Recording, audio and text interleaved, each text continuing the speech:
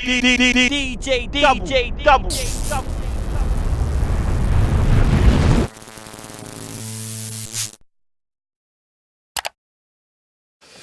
DJDUBL here, and today my very special guest on the show goes by the name of BJ the Chicago Kid. Yes, sir. What's up, brother? Welcome, man. Good, man. Thank you for having me. How's things? Good, sweet. Just ate some Nando's, feeling good. Yeah.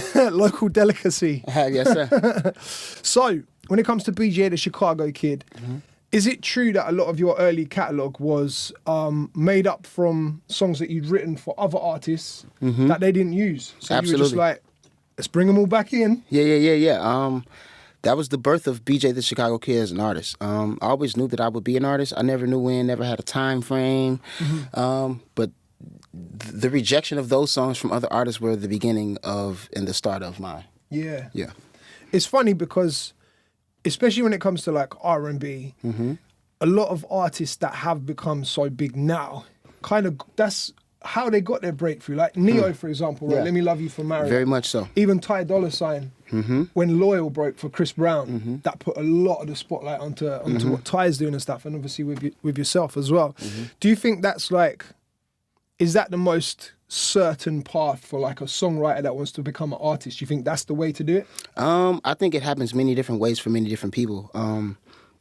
I would say, whatever your situation is, I would say that I would tell that person to stay in it, and the light would shine on what you should grow next, you know, and how it's going to grow.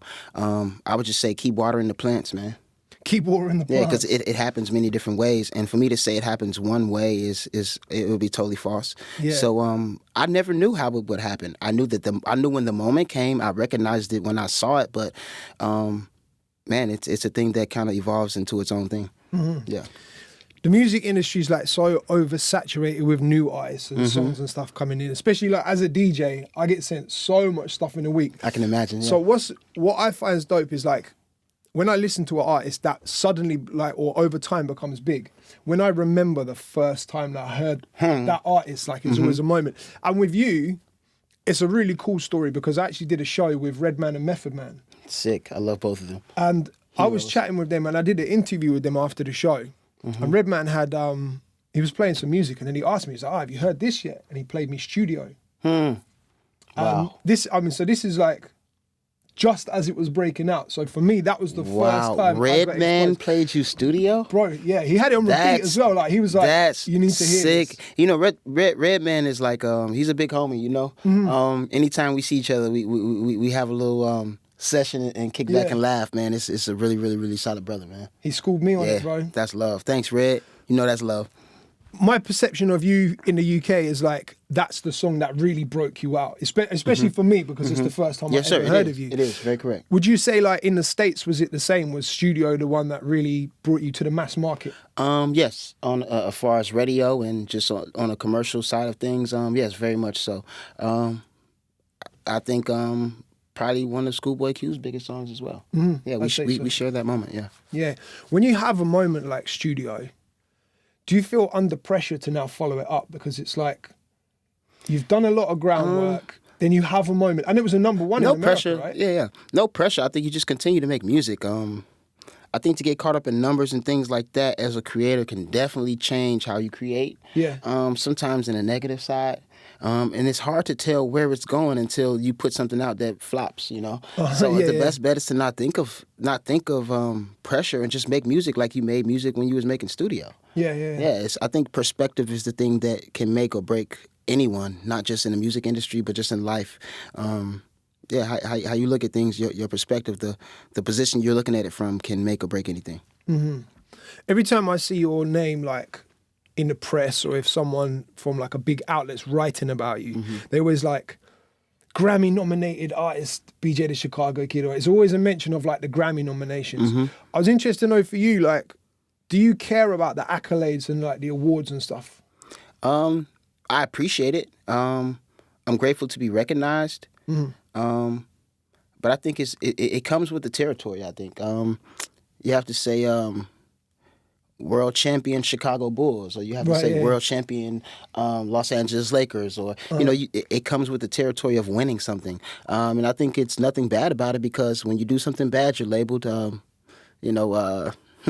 as a criminal or whatever the case may be. Right. So I accept it. I appreciate the name change. Yeah. And so are you pushing to be the Grammy winner, DJ? Is that the goal? I mean, I always want to make incredible music, and if that's what they see comes with it, yes. Everybody would love a Grammy, I think, but I don't get too caught up in it, man. I think to get caught up in this, like, I don't feel like I'm human anymore, you know? Right, yeah. It keeps it natural, it keeps it beautiful for me. I'm able to enjoy a lot of more moments than feel like the pressure of a Grammy. So, no pressure, man. It's just the fact of staying consistent. That's our goal. Yeah. Yeah. Before we break down the music, I want you to tell me about your audition for the Equalizer movie. Comedy, man. This is my very first movie audition. Yeah. I had the paper for maybe about 2 days. Right. Really like a day and a half. I'll keep it honest. I had the paper for maybe a day and a half. The night before, I stayed up all night, like really looking at these lines, and I studied them and did what I did. But when I got there, dude, it was just like a whole nother world from the music industry. Yeah. It was a very beautiful moment for me because I got to see what I'm good at and what I can be better at as well.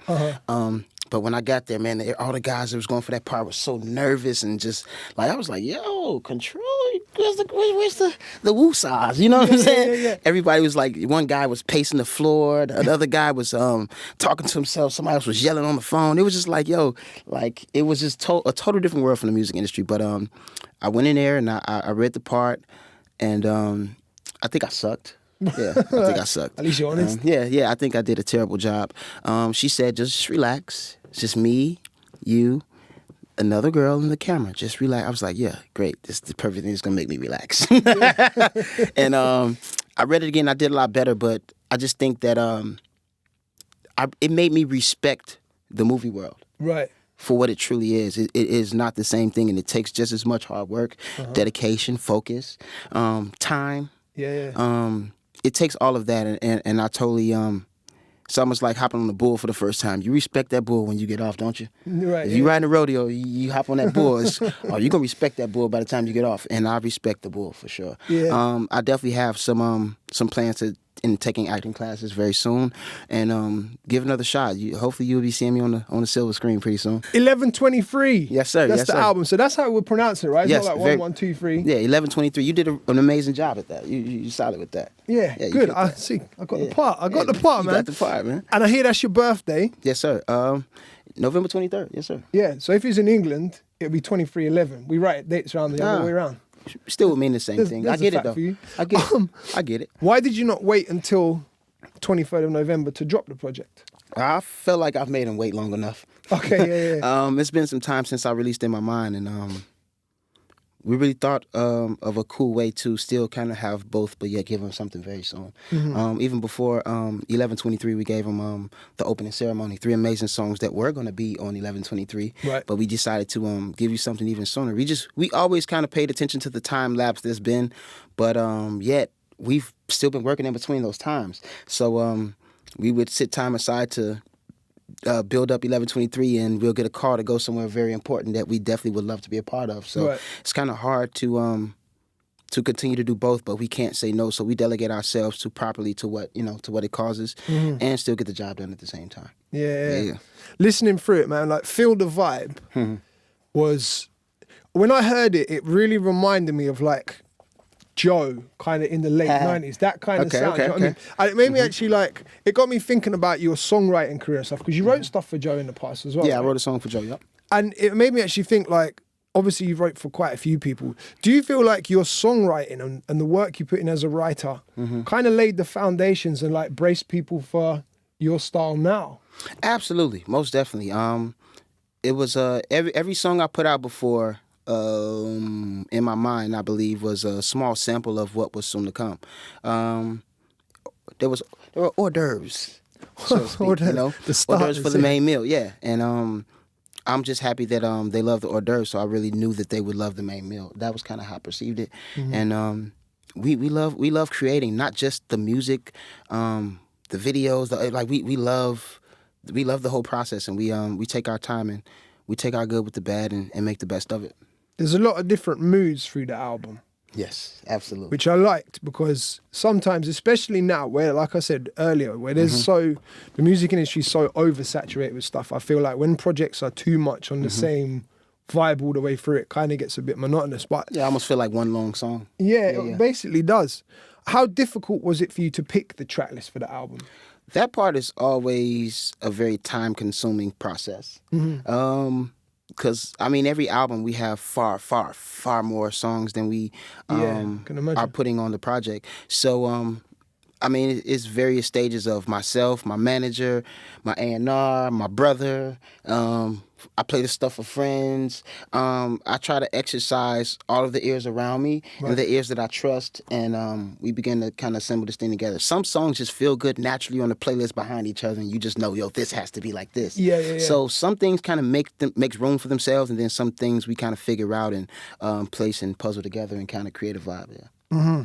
What's your favorite track from the project? Today, yeah, they change it. It changes, yeah. Yeah, today it'd probably be Cant Wait and Get Away. Can't Wait. I like the second half of Can't Wait. I mean, I like the whole tune. Yeah. What makes you like the second half? I like the second half. It was kind of unexpected. I was just listening to it like... It is. I was listening to the project and I wasn't monitoring the track list. So when the second half came in, I just assumed it was the next song. That's sick. And then so when I went to look up what it was called, it was Can't Wait. But Can't Wait was a different vibe. I was just listening. So I had to, you know what I mean? I had to go and check. What made you think to... When it picks up. Okay, I know what you're talking about. What made you think to change that second half of the track instead? Because it's like a completely different move. Yeah. Why not just make that a second song? Because I think we're in a very creative world. And I'm a big fan of hip-hop as well. It's just kind of a cool thing that we do sometimes when we get in our vibes and we want to kind of play with the palate of the people, you know? You know, when you buy fragrances at the store or you're shopping for fragrances at the store, they have this little glass thing of coffee beans, right? And that coffee bean is meant to refresh your nose before the next fragrance. So you're not mixing these fragrances in your mind. You can totally clear the palate and then come back with something new and understand what you're smelling or what you want to buy. That's simply what that song is. It's a coffee bean.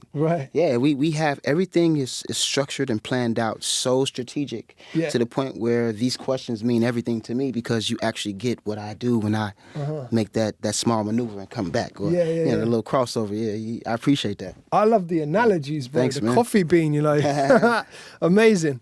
When you make a project like this, and like you said, everything's planned and you're doing things very strategically, do you feel free to make the music that you want to make, or are you kind of tailoring it to what you know the fans respond well to? I do a little bit of both, honestly. I believe and I trust that some of the same shows and concerts that my fans go to, I'm in the same building sometimes.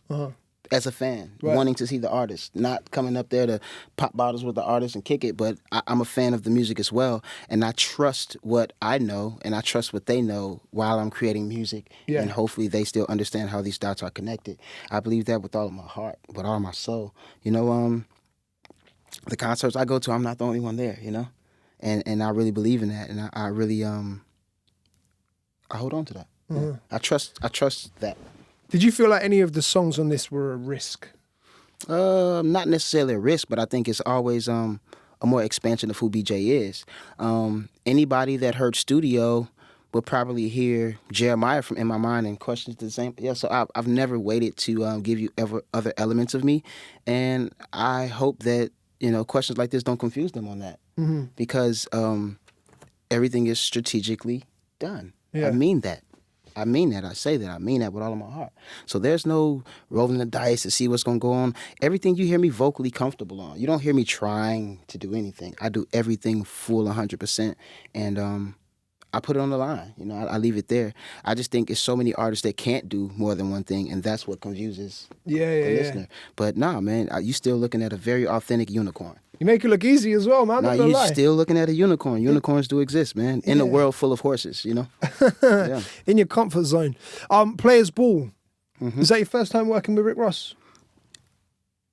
On my stuff, yes. We have a song with Ab-Soul that came out amazing for Ab-Soul's last album. Oh, okay, right.